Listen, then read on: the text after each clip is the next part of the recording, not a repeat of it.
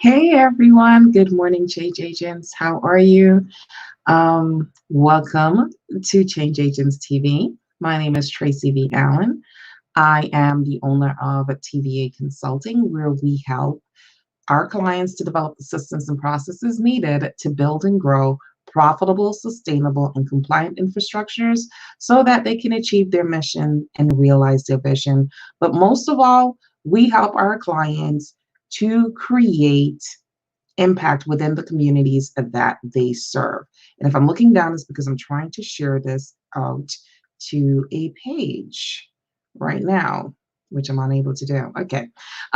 So today we're continuing the conversation about strategic planning and the importance of strategic planning to businesses and nonprofits. So today's session is called a strategic planning framework and why that framework is pivotal to your success, basically. So the first thing, and you can see I'm not set up today because I don't have my stuff written in already. Okay, so the first part of the framework is goals. Okay, you need to have goals for your strategic plan. Okay, what are you trying to achieve with this strategic plan? What is it that you want to happen? So the goals that you created in your business plan needs to transfer over to your strategic plan, as well as new goals that you may have realized that you need to set in order to achieve the ultimate outcome. Whatever it is that your mission says that you are supposed to be doing, you may not have written all of those in, or as you start dealing with your clients, you realize that maybe you need to create new partnerships, or you need to integrate in a new program, or you need to collaborate with another entity in order to provide different services for your clients. These all need to be in your goals because it becomes important for you to put into your strategic plan. The next thing is your objectives, right? So what are your objectives? Goals and objectives are two different things, contrary to popular belief. Goals are general, objectives are specific. So from your goals, you're going to have your objectives. What is the goal? So if you want to lose, your goal is to lose 10 pounds. Okay, that's very general. I want to lose 10 pounds. But how are you going to do that? That's where the objectives come in. Exactly what steps are you going to take in order to lose 10 pounds? So you're going to cut back on carbs.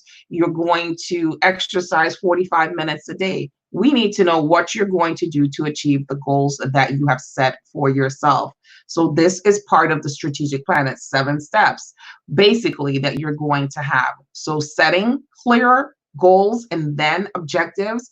So goals, again, general, objectives are specific, right? So we want to know how you're going to attain the goals, right? But even more specific than the objectives is the strategy behind how you're going to do it. So strategically, how are you going to do it? So I want to lose 10 pounds. I am going to have to change my lifestyle and maybe cut back on carbs, right? That's still kind of general. The specific, I'm going to cut out rice, potato, white bread. Okay, that is the strategy. So I will not eat any of that for 2 months or 3 months or 4 months or whatever it is, right? I'm going to need to exercise 45 minutes a day. That's your objective. But what is the strategy? I'm going to go to the gym and I'm going to get on the treadmill for 30 minutes and then on the stair climber for another 15 minutes. That is your strategy. So you understand how you get from goal to objective to your strategy, right? Then we have the framework. And the framework, I'm sorry, not the framework. Then we have the time frame. So the time frame I kind of touched on, right? So the time frame would be, how long is it going to take me to do that? So like I alluded to in the objectives, I need to lose 10 pounds. The objective is I'm going to have to cut back on carbs. I'm going to have to exercise more. Strategy, exactly what carbs am I going to cut out of my diet and then what exercises am I going to do? And then now I need to know what time frame am I going to do this in, right? So the time frame would be I am going to cut out the carbs, bread, potato, rice, whatever it is, for 4 to 6 months. Okay, so for 4 to 6 months, I'm not going to eat any of that stuff. When I go to the gym and I get on the treadmill, I'm going to be there for 30 minutes. I'm going to be on the stair climber for 45 minutes. But I'm going to do this 5 days a week for the next 6 months. So there has to be a time frame.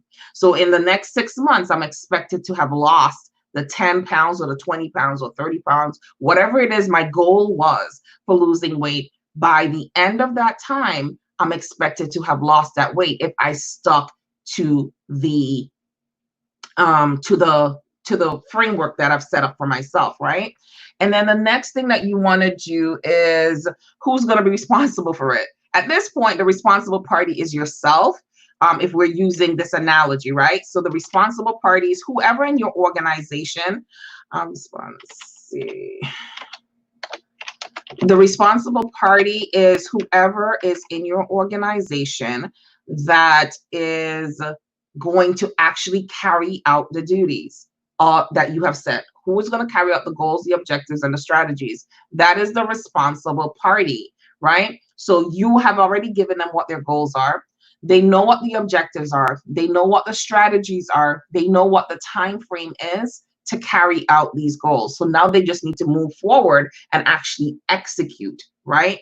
They also need to know what the outcome, the expected outcomes are going to be, right?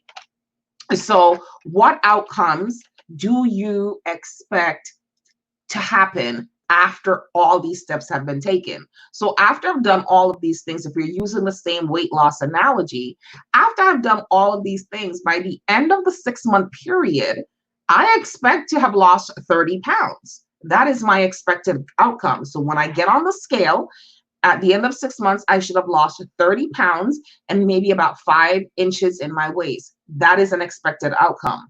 So that is how I can evaluate whether or not I've met my expected outcome. So after the expected outcome, you're going to do an evaluation. Time frame that you and the responsible party that you have put in place, and evaluate the process, evaluate that person who was actually doing the implementation of that process. Were the goals met? That's based on your expected outcome. Was the outcome achieved? Did you lose that weight? Did you get the 10 clients that you wanted to? Whatever your expected outcome was, did you achieve it or did you exceed it? If you exceeded it, then you know that your strategic plan was solid and it's something that you can continue to move forward with.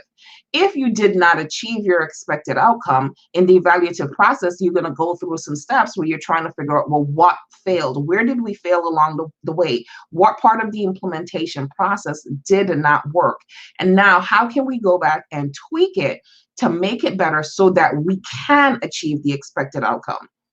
Now, if it failed completely miserably, maybe you will be like, okay, maybe this is not something we're ready for at this time. It doesn't mean that you don't do it at all. Maybe this is not the right time to do it. So it's something that you may want to table and come back to at another time, or it may be something that you just absolutely need to scrap because it's just not for your organization. So again, having that framework in place, those 7 things, which again is your goals, your objectives, your strategies, your time frame, the person responsible for it, the outcome, the expected outcome, and then the evaluative process to make sure that the strategies are working. And this is part of the strategic planning framework. Again, my name is Tracy V. Allen.